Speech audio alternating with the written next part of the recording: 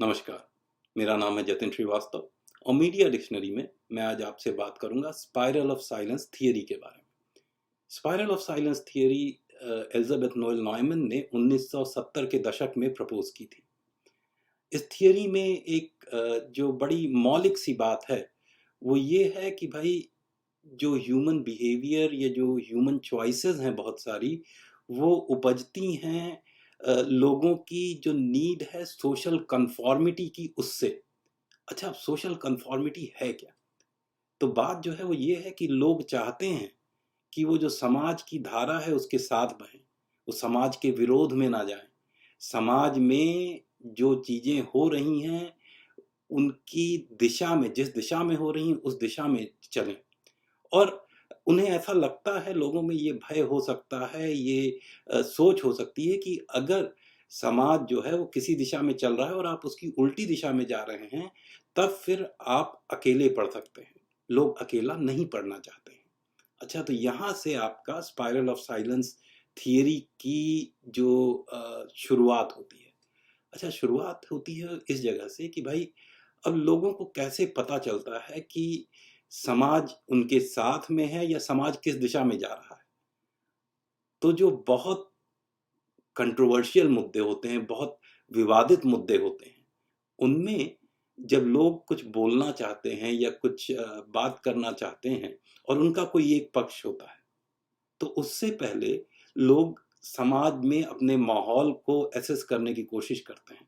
वो अनुमान लगाने की कोशिश करते हैं कि जो उनकी विचारधारा है, जो उनका पक्ष है, उसका जो पब्लिक ओपिनियन का बाजार है एक तरह से, उसमें क्या स्टैंडिंग है, उसमें क्या भाव है। तो अगर उनकी जो विचारधारा है वो बहुमत में है, अगर उनको लगता है कि जो उनका सोचने का तरीका है उसके बहुत सारे सपोर्टर्स हैं, तब वो बोलते हैं उसके बारे में। और अगर नहीं है बहुत सारे सपोर्टर, अगर उनको लगता है कि उनकी जो विचारधारा है, उनका जो पक्ष है, वो अल्पमत में है, कोई उसके बारे में बात नहीं कर रहा, तब वो उसके बारे में बात नहीं करते हैं, तब वो चुप रह जाते हैं, तब वो सेल्फ सेंसर कर लेते हैं। अच्छा, तो ये तो जो बेसिक मैकेनिज्म है। अच्छा, अब ये जो स्पाइरल है ये कहाँ से आया? तो जो बात है वो ये है कि भाई जब कोई एक ऐसा पक्ष है जो कि अल्पमत में है और बहुत सारे ऐसे लोग हैं जो कि उस पक्ष के बारे में या उस पक्ष के साथ हों, पर जब वो समाज को देखते हैं और वो सोचते हैं कि भाई इसके बारे में कोई बोल रहा है कि नहीं बोल रहा है, और वो देखते हैं कि भाई कोई नहीं बोल रहा है या बहुत कम लोग बोल रहे हैं, तो बोलते हैं कि अच्छा, तो वो निर्णय करते हैं कि भाई मुझे तो नहीं बोलना चाहिए क्योंकि कोई नहीं बोल रहा। अच्छा, जो अगला आदमी बोलता है वो उसी पक्ष का है, पर वो सोच रहा है अरे भाई कोई नहीं बोल रहा, यू नो। अच्छा, अगर एक भाई साहब ने बोला होता तो हो सकता है दूसरा आदमी सोचता कि अरे भाई देखिए ये तो हैं हमारे पक्ष के, तो हम भी बोल देते हैं, यू नो। पर अब क्योंकि एक आदमी चुप है तो उससे दूसरा आदमी चुप हो गया, दूसरे से तीसरा आदमी चुप हो गया, तीसरे से चौथा आदमी चुप हो गया। तो इसी तरह से जो चुप्पी है वो और चुप्पियों को जनरेट करती है और ये जो पूरा सिस्टम है ये बड़ा होके एक स्पाइरल कर जाता है। तो ये आपका जो चुप्पी का चक्रवात एक तरह से बन जाता है, जो स्पाइरल ऑफ साइलेंस, वो यहां से आता है। अच्छा, अब ये तो आपकी चुप्पी जो है वो मैग्नीफाई हो गई, ठीक है। पर इसके साथ ही साथ जो दूसरी साइड है कि वो विचारधाराएं हैं जो कि डोमिनेंट हैं, जिनके बारे में बहुत लोग बात कर रहे हैं। तो जो उस पक्ष के होते हैं वो लोग इसको देख के बोल सकते हैं कि हाँ भाई इसके बारे में तो बहुत बातें चल रही हैं, ये जो पक्ष है ये मेजॉरिटी में है, ये जो पक्ष है ये डोमिनेंट है। और उससे उनको मोटिवेशन मिलता है, उससे उनको शह मिलती है कि उसके बारे में और बात करें। तो ऐसी चीज़ें या ऐसी विचारधाराएँ जो कि लोग अनुमान करते हैं कि मेजॉरिटी में हैं, उनको और हवा मिलती जाती है, और ऐसी विचारधाराएँ जिनको लोग अनुमान करते हैं कि वो माइनॉरिटी में हैं, वो और चुप होती जाती हैं। अच्छा, अब ये जो स्पाइरल ऑफ साइलेंस बन रहा है, इसमें मीडिया का भी बहुत बड़ा योगदान है। अब जैसे भाई अब मान लीजिए हम असेस करने की कोशिश कर रहे हैं, हम अनुमान लगाने की कोशिश कर रहे हैं कि हमारी विचारधारा है ये बहुमत में है या अल्पमत में है। तो हमें कैसे पता चलेगा? या पब्लिक ओपिनियन की क्या हवा है, ये हमें कैसे पता लग सकता है? तो एक तो ये है कि भाई हम अपने आस-पास देखते हैं, पर जो दूसरा एक बहुत बड़ा सोर्स होता है, वो है मास मीडिया या मेन स्ट्रीम मीडिया या मीडिया। तो आज के समय में मीडिया, सोशल मीडिया और भी तरीके के जो मीडिया सोर्सेज़ हैं, वो भी आ जाते हैं। तो हम जब इनमें देखते हैं और अगर हम देखते हैं कि ये जो सारे सोर्स हैं, ये एक ही आवाज़ में बात कर रहे हैं, एक ही पक्ष के बारे में बात कर रहे हैं और दूसरे पक्ष को बहुत तवज्जो नहीं दे रहे हैं, तब फिर हमारी ऐसी भावना बन सकती है कि भाई ये तो इस बारे में बहुत बात नहीं हो रही है जो हमारा पक्ष है, तो इसका मतलब है कि पब्लिक ओपिनियन में हमारा पक्ष बहुत मजबूत नहीं है या इस पक्ष को जो सपोर्टर्स बहुत ज़्यादा नहीं है। अब जब ऐसा होता है, तब फिर आपको और चुप्पी हो जाती है, तब फिर आप और चुप हो जाते हैं और यहाँ से आपका स्पाइरल ऑफ साइलेंस और स्ट्रॉन्ग हो जाता है। तो बेसिकली मीडिया जो है इसका बहुत बड़ा रोल होता है स्पाइरल ऑफ साइलेंस को क्रिएट करने में बहुत बड़ा रोल हो सकता है। ठीक है। अच्छा अब देखिए ये है कि जब स्पाइरल ऑफ साइलेंस हो गया है तो वो क्या करता है, वो पब्लिक ओपिनियन के माहौल को कंसोलिडेट करता है। ठीक है। तो अब जैसे कोई पक्ष कोई मुद्दा है तो उसपे वैसे कई विचारधाराएँ हो सकती थीं, कई पक्ष हो सकते थे, पर स्पाइरल ऑफ साइलेंस उनको इस तरह से अफ़ेक्ट करता है, इस तरह से इन्फ्लुएंस कर सकता है कि एक ही डोमिनेंट विचारधारा बचे और over a period of time लोग बोलें कि हाँ भाई चलिए, ये समाज ने मान लिया है, जो लोग उसके विरोध में हैं, वो खुल के ना बोलें, वो चुप रहें और जो आपको दिखे वो ये रहे कि हाँ भाई, अब ये जो धारा है, ये जो रास्ता है, ये समाज ने पकड़ लिया है। ठीक है? अच्छा अब ये अच्छा है कि बुरा है? ये अब मुद्दे-मुद्दे की बात है। अब मान लीजिए आप सोच रहे हैं कि महिलाओं की शिक्षा का मुद्दा है या मान लीजिए दहेज का मुद्दा है, ठीक है? और इस पे अब कोई सोच रहा है कि भई अब इसके बारे में हम बात करना चाहते हैं, पर अब इस पे तो समाज का एक जो मत है वो बन चुका है। तो अब हम इसके बारे में बात नहीं करेंगे, अब हमको चुप ही रहना चाहिए। तो उसको एक तरह से देखा जा सकता है।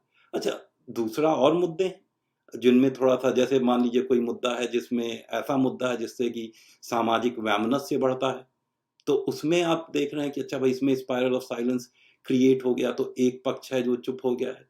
तो उसमें जो अच्छा-बुरा वाला जजमेंट है वो दूसरी तरह से हो सकता है। तो तो बेसिकली जो स्पाइरल ऑफ साइलेंस है ये एक प्रोसेस है जो कि किसी भी विवादित मुद्दे के साथ हो सकती है। अब वो मुद्दा कैसा है, क्या मुद्दे का नेचर है, उस पे बड़ा डिपेंड करेगा कि अच्छा क्या है और बुरा क्या है। अच्छा, ठीक है, तो एक बात तो ये हो गई। पर एक सिचुएशन में स्पाइरल ऑफ साइलेंस काफ़ी चिंताजनक हो सकती है लोकतंत्र के लिए ख़ास तौर से। और वो सिचुएशन ये है कि भाई देखिए, जो स्पाइरल ऑफ साइलेंस है, इसमें जो जो साइलेंस हो रहा है, ये तो अनुमान लगा रहे हैं ना लोग। ये तो परसेप्शन की बात है। अब लोग देख रहे हैं अपने माहौल को और सोच रहे हैं कि भाई जो हमारा मुद्दा है या जो हमारा पक्ष है, इसके बहुत चाहने वाले नहीं हैं, इसके बहुत सपोर्टर नहीं हैं। पर ये जो है ये अनुमान है। तो ऐसा भी हो सकता है कि वास्तव में जो आपका पक्ष है, उसके बहुत चाहने वाले हों, बहुत सपोर्टर्स हों और वो बहुत प्रबल मुद्दा हो। पर स्पाइरल ऑफ साइलेंस की वजह से वो मुद्दा जो है, वो पब्लिक ओपिनियन या पब्लिक स्फीयर में आए ही ना और लोग अपने को सेल्फ सेंसर करते रहें। तो तो इसमें कई बार जो पब्लिक ओपिनियन का माहौल है, उसकी गलत पिक्चर सामने आ सकती है, उसका गलत परसेप्शन हो सकता है। तो इस तरह अब ये परसेप्शन अच्छा भी हो सकता है, बुरा भी हो सकता है।